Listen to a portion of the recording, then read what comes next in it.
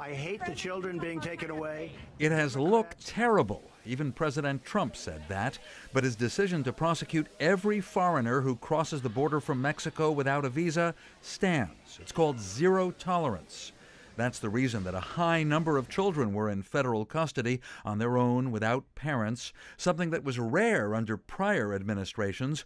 At the Bipartisan Policy Center, Teresa Cardinal Brown. Neither the Bush administration nor the Obama administration had the so-called zero tolerance policy. They didn't prosecute everyone. As a matter of fact, it was a relatively small percentage of border crossers that they did prosecute, and mostly for the more serious charge of returning illegally to the United States after you'd been deported.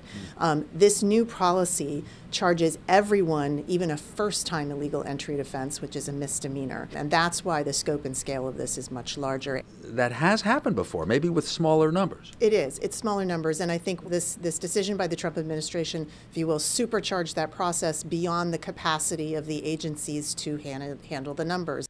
There have been people largely from Honduras, El Salvador, and Guatemala taking kids with them, sometimes not even their own kids, thinking the U.S. would never kick them all out, says former top border protection official David Aguilar. Basically, our system is being overwhelmed.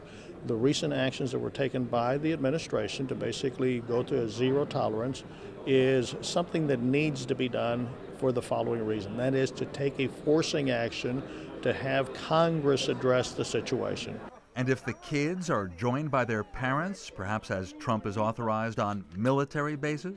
To detain these families could be for years at a time, and that would also be very problematic for the families, for the kids, for the government, for expense. So I think that a different solution needs to be found.